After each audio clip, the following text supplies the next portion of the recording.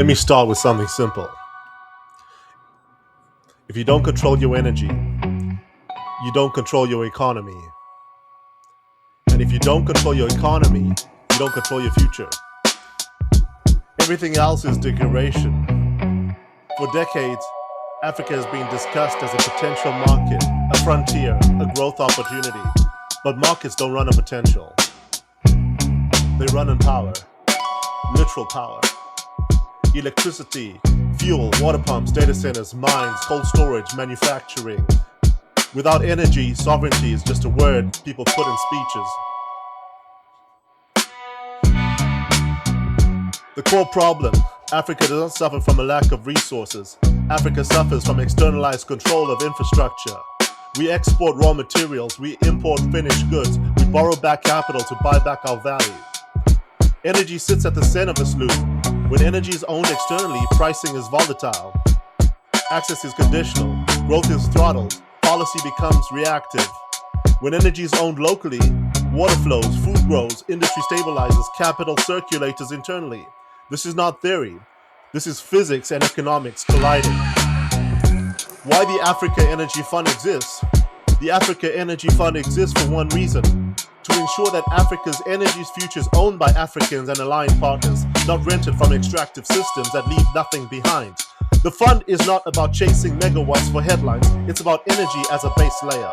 Solar first, because the sun doesn't send invoices. Storage next, because energy without reliability is a liability. Grid where it makes sense, microgrids where it doesn't. Energy tied directly to water infrastructure, agriculture, mining beneficiation, local manufacturing, data and compute.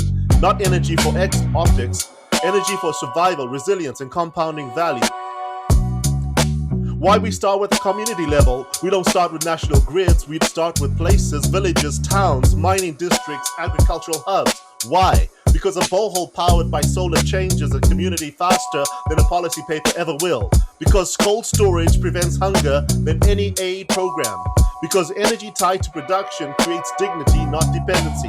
This is why City OS exists. Energy is not standalone asset, it's part of a system. Power, water, food, trade, capital, reinforcement.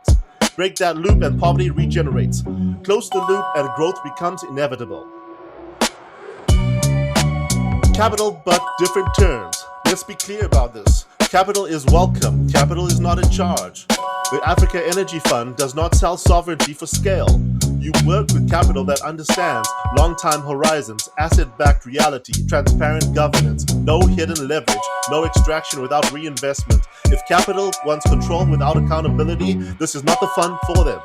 Energy is too important to be optimized for short-term yield.